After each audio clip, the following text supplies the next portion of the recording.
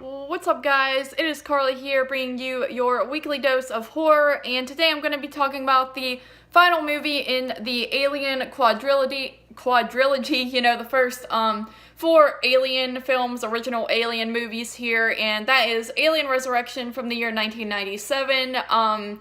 Like I said, this is the last one in these first four, and these are actually the only ones that I own. I don't own any of the later ones or the Alien vs. Predator films, so that's all I shall be talking about with the Alien movies. But anyway, Alien Resurrection, this one takes place 200 years, I believe, into the future from where Alien 3 left off, and spoiler alert if you haven't seen Alien 3, there is of course continuity here, and you have at the end of Alien 3, Ripley sacrifices herself because she has an alien grown inside of her and she doesn't want these people to take it out and experiment on it, and then of course that would lead to just the alien escaping again and them going through the whole shebang all over again. So she ends up killing herself, and later on, 200 years later, you have the scientist who sort of resurrect her in a way, but it's not really her. It's kind of like this clone slash like alien hybrid thing, and I believe they really just want the alien, but the alien of course ends up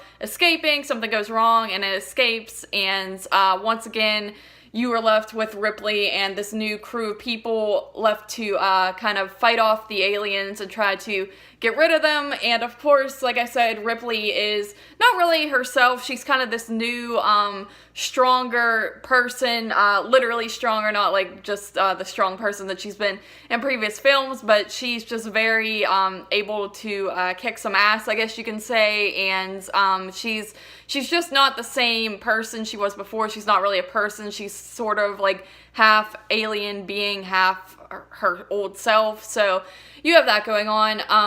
And that's the general story here. Kind of like I said with part 3, these movies just sort of get repetitive after a while, where it's just something goes wrong, another alien escapes and lays eggs or whatever, and then the whole new crew of people has to try to take back everything and fight off these aliens, and that's what you get once again here. This movie definitely feels just like the lesser version of an alien flick altogether. The effects aren't as good, and the characters are okay. It's got Winona Ryder in it, and I know a lot of people really like her, but I just don't really like her as much as other people do. I like her in some stuff, but in this movie I just kind of find her to be a little annoying, and some of the stuff she says just gets repetitive, and it's kind of generic.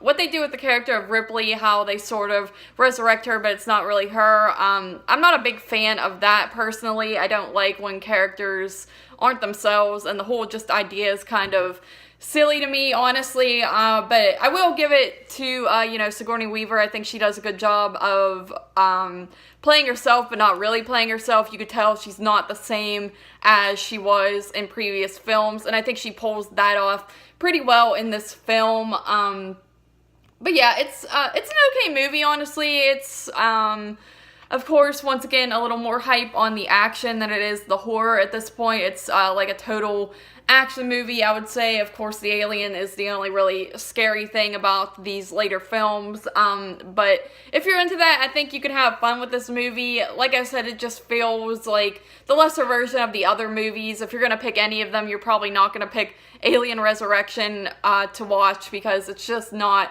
as good as the other ones.